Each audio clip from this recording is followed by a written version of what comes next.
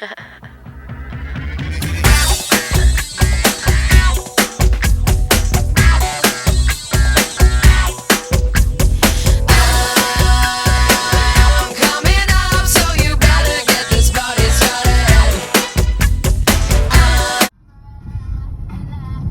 pupunta tayo ngayon sa Kingfisher Resort, Courtney, BC, Canada.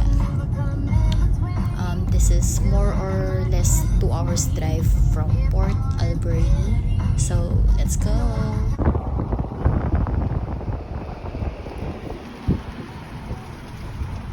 Ayan, nakarating na nga tayo. Pwede na tanggal yun. Tapos Gala-gala agad pagdating.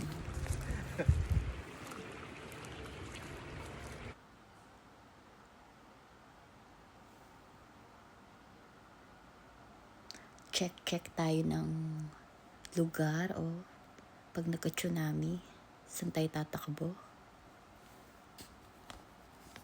Panoorin nyo na lang ah.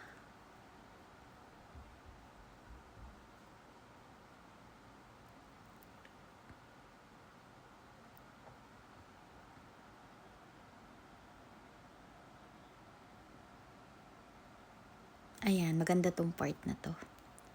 Relaxing kapag gabi na. May restaurant sila. Kasi hindi lahat ng room ay may kitchen. Yung iba microwave lang. Heated yung pool. May sauna din.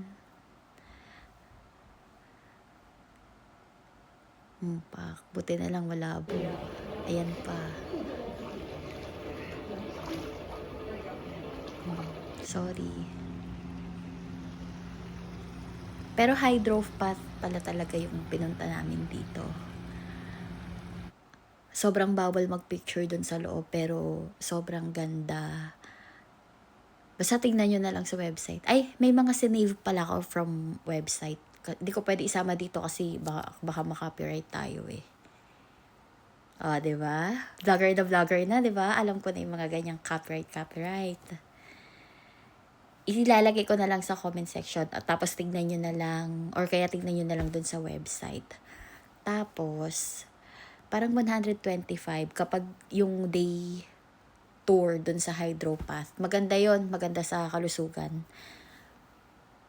Yung per night dito, medyo mahal siya. Tignan nyo na lang din dun sa website. Pero I suggest okay na yung 1 night kung ako, hindi na ako uulit ng 3 nights, 4 days. Before kasi nagganon kami. Pero since maliit lang yung resort, okay na yung 1 night, tas mag-hydropath ka, tas experience mo yung restaurant, which is masarap. Pag dinner, yun yung favorite namin. Pag lunch, hindi namin masyadong yung food. Lumalabas kami. Yung dinner yung gusto namin. Masarap yung steak nila dyan, the best. Di ako mahilig sa steak, si Jeff lang. Pero gusto ko yung steak nila dyan.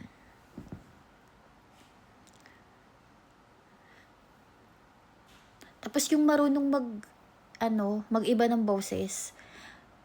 Ano nyo naman ako, PM nyo naman ako. Wala kayong paki. Ang pangit-pangit lang ng boses ko, pinababayaan nyo lang. 'Di ba? PM nyo naman ako, parang awa nyo na.